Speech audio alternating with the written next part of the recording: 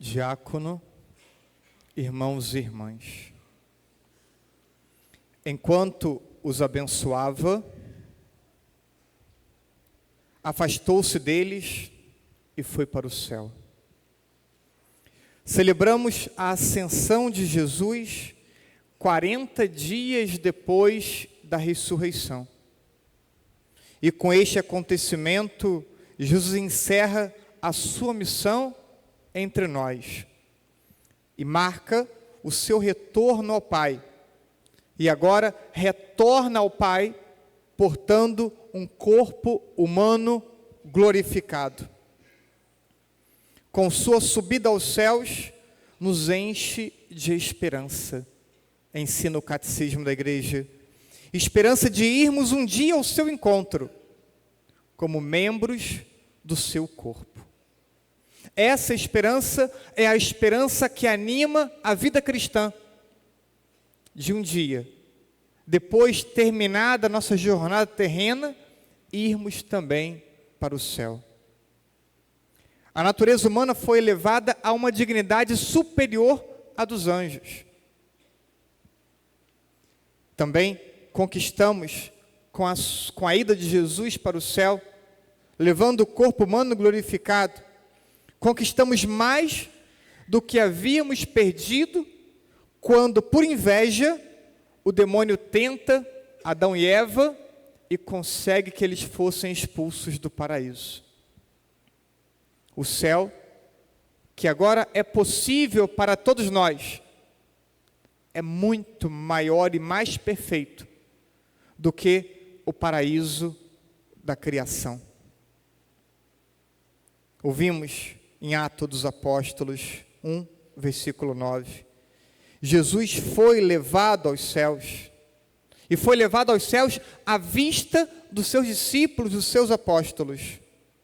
Uma nuvem o encobriu, de forma que seus olhos não mais podiam ver. Tendo introduzido na reflexão o tema principal dessa celebração, gostaria de direcionar o nosso olhar para aquilo que vem depois da ascensão. Quando Jesus termina a sua missão, o que vem depois? Primeira leitura diz para nós: o poder do Espírito Santo descerá sobre vós, para serdes minhas testemunhas. Virá o Espírito Santo. Jesus sobe aos céus e coloca a sua comunidade numa atitude de espera, numa atitude de vigília, de preparação para a vinda do Espírito Santo. E agora seus discípulos irão permanecer nessa expectativa.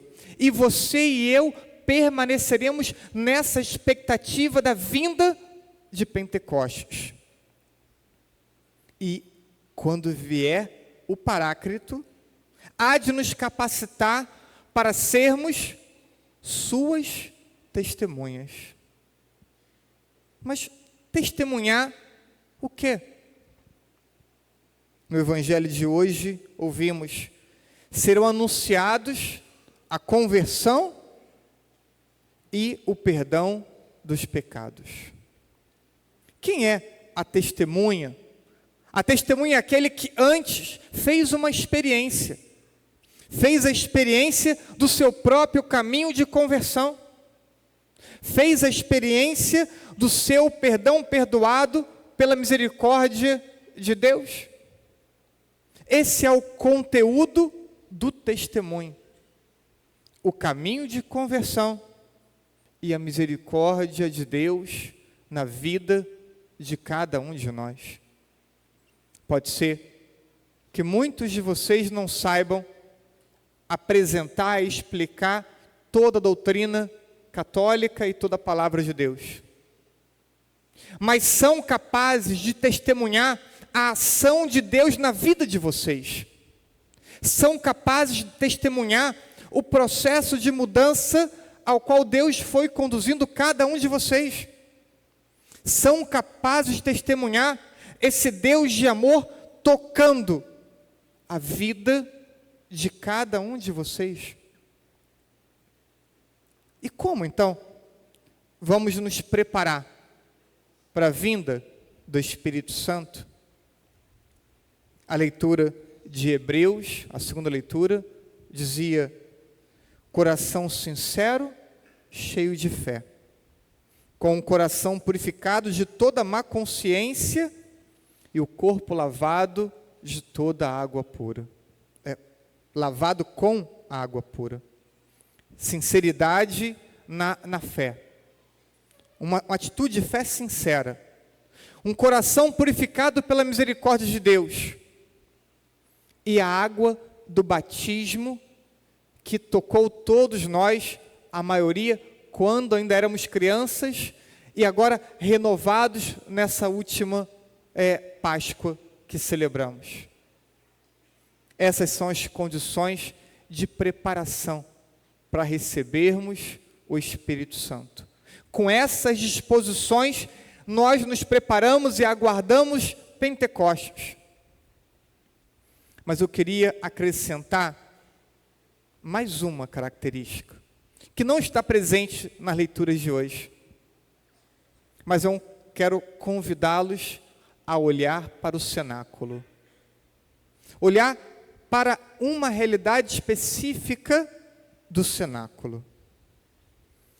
Percebermos uma característica que era e foi importante e é importante para a recepção do Espírito de Deus. Atos dos Apóstolos, capítulo 2, versículo 1.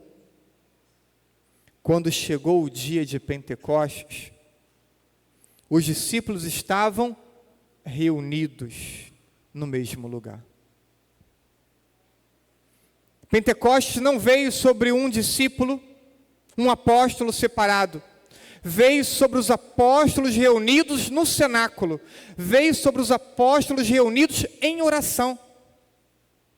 A dimensão comunitária da fé estava presente em Pentecostes, com uma condição para receber o Espírito Santo de Deus. É importante, portanto, viver unidos em comunidade. Viver a fé na sua dimensão comunitária. Hoje, vemos tantas pessoas querendo priorizar o individualismo da fé, com atendimentos personalizados, separados, destoando da comunidade, pensando que isso é algo melhor e mais perfeito. Mais perfeito é a vida comunitária. Mais perfeito é toda ação que seja comunitária. Porque quando 2 ou mais estiverem reunidos em meu nome, eu estarei no meio deles. E se os apóstolos reunidos era a condição para Pentecostes, não espere ações personalizadas, priorizando indivíduos, quando a igreja é essencialmente comunitária. Podemos recordar o que daqui a pouco iremos dizer na Santa Missa. O amor de Cristo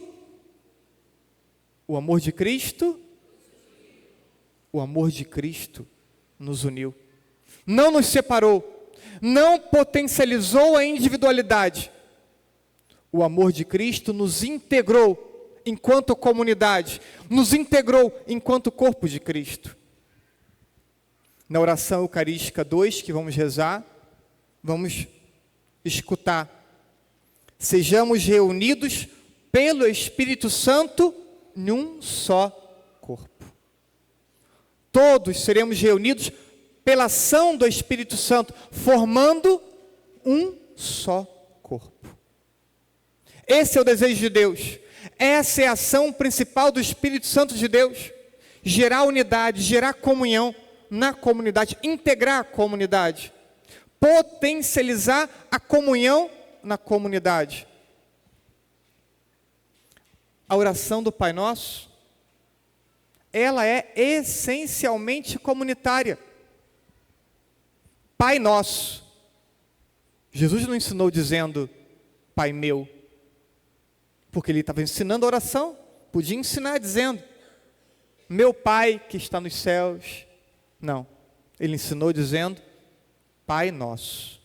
Porque mesmo quando eu rezo sozinho, eu rezo como um corpo de Cristo.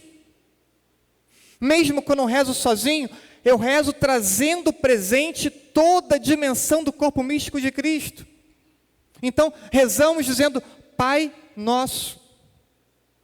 E ainda, venha a nós o pão nosso, perdoai-nos. Nós perdoamos, não nos deixeis.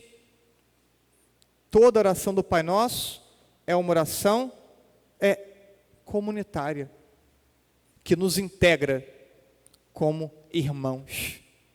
Por isso chamamos Deus de Pai. Rezamos como irmãos. Ou deveríamos rezar como irmãos. E não é só estar no mesmo lugar. Temos aqui talvez 600 pessoas reunidas. Mas estar no mesmo lugar não é suficiente. Estar no mesmo lugar não significa necessariamente comunhão. É estar no mesmo lugar e, de fato, nos tornarmos um só. Estarmos no mesmo lugar e nos tornarmos com Cristo um só corpo, no qual Cristo é a cabeça e nós somos os seus membros. Podemos lembrar da oração de Jesus no Horto das Oliveiras, Evangelho de São João, capítulo 17. Lá, Jesus rezava dizendo, para que sejam um. Rezava, quem quiser volte ao texto e visite ao texto, rezava por aqueles que já estavam convertidos, rezavam pelos seus apóstolos e rezavam por aqueles que um dia iriam ser seus discípulos, dizendo, para que sejam um.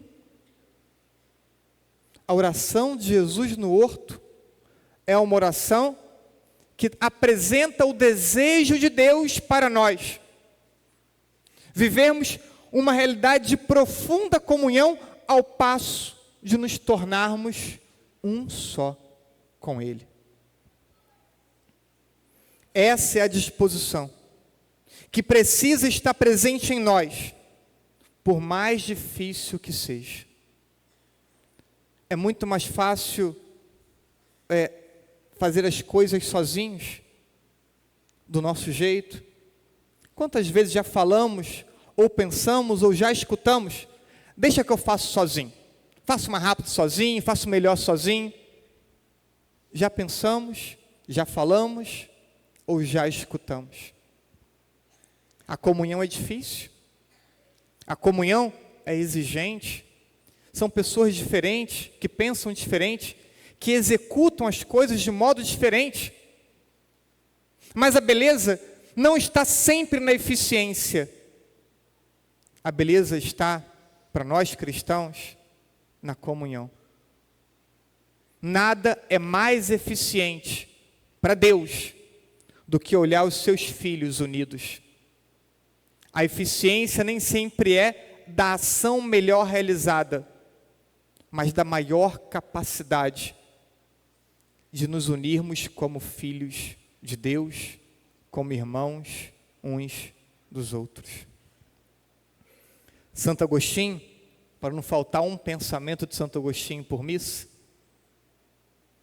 refletindo sobre Pentecostes, certa ocasião disse assim, qual, então, o sinal seguro de ter recebido o Espírito Santo? Falar em línguas? Fazer milagres? Não. É amar a unidade. Amar a unidade como sinal da presença e da ação do Espírito Santo de Deus. E continua dizendo, se portanto Quereis viver do Espírito Santo? Conservai a caridade, amai a verdade, desejai a unidade e alcançareis a eternidade. A eternidade se alcança pela unidade, pela capacidade de construirmos comunhão com os irmãos, que são diferentes, que pensam diferente, que realizam ações de modo diferente de mim. Cheios de esperança, de que um dia estaremos com Jesus no céu, clamemos com os irmãos, clamemos como comunidade, clamemos em unidade, para que venha o Pentecostes sobre nós, dissipando toda a divisão presente em nossa comunidade. Quantos aqui já tiveram atritos uns com os outros? Quantos aqui são indiferentes ou nem dirigem a palavra a um ou a outro? Ou quando faz com agressividade, faz com julgamento, faz com piada, faz com ironia?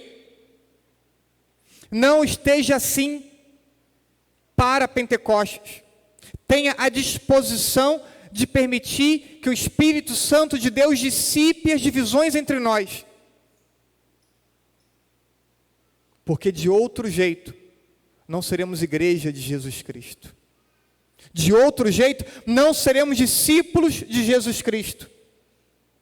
Podemos estar na igreja e não nos tornarmos discípulos.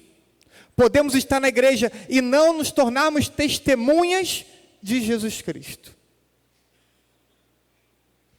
Como irmãos, como comunidade, supliquemos a vinda do Espírito Santo para fazer de nós uma comunidade, para fazer de nós um só corpo com Jesus Cristo. Clamemos o Espírito Santo de Deus, como irmãos, como comunidade, para que possamos testemunhar o seu amor misericordioso que toca as nossas vidas. Toca a vida dos nossos irmãos, toca a vida de nossa comunidade. Clamemos o Espírito Santo, para que sejamos renovados por Ele, que nossa comunidade seja transformada pela ação do Espírito, e não mais seja uma numerosa assembleia de indivíduos, mas sejamos capazes de cada vez mais nos tornarmos uma comunidade. Cada vez mais olharmos para o lado e poder dizer: é meu irmão, é minha irmã, é o irmão e a irmã que Deus me deu para amar. Que Deus nos ajude. Que não venha Pentecostes só sobre mim, que venha Pentecostes sobre a nossa comunidade, edificando a nossa comunidade segundo o coração de Deus. Assim seja. Amém. Amém.